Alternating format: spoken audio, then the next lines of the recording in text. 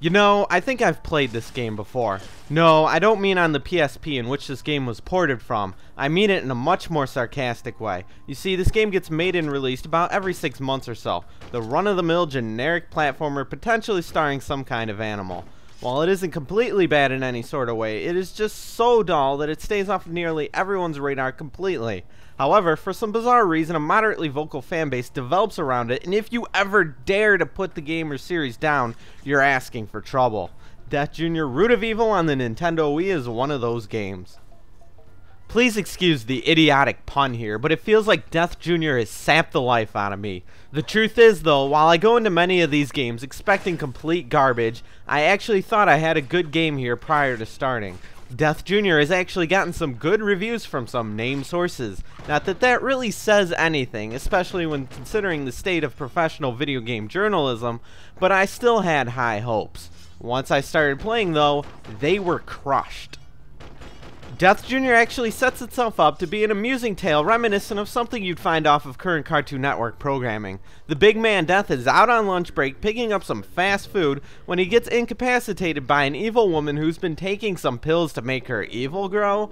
Though they don't immediately realize it as they start off having problems of their own, it's up to Death's son and female friend Pandora to solve all the world's problems.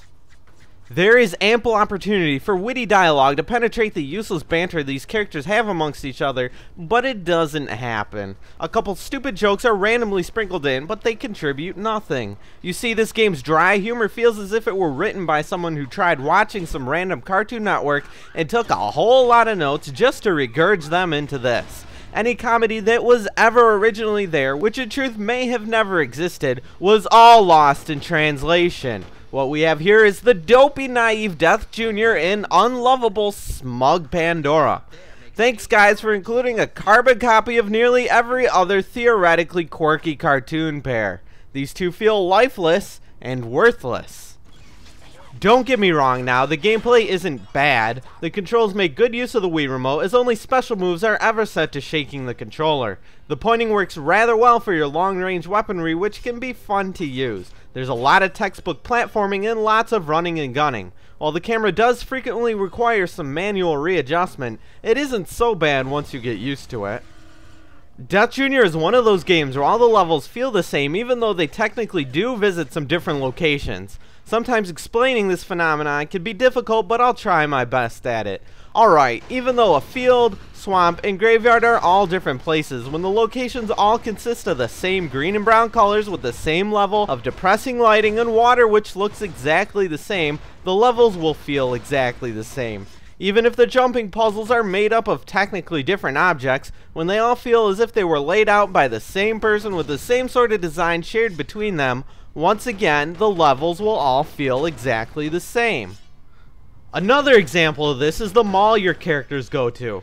Now, a mall you would consider bright, open, and full of at least some kind of life. Not so much here. The lighting is the same depressing dim color as the outside world. The areas still feel packed in and small. The scenery around you still all looks washed out. Oh yeah, and the enemies look generic as hell throughout all of this.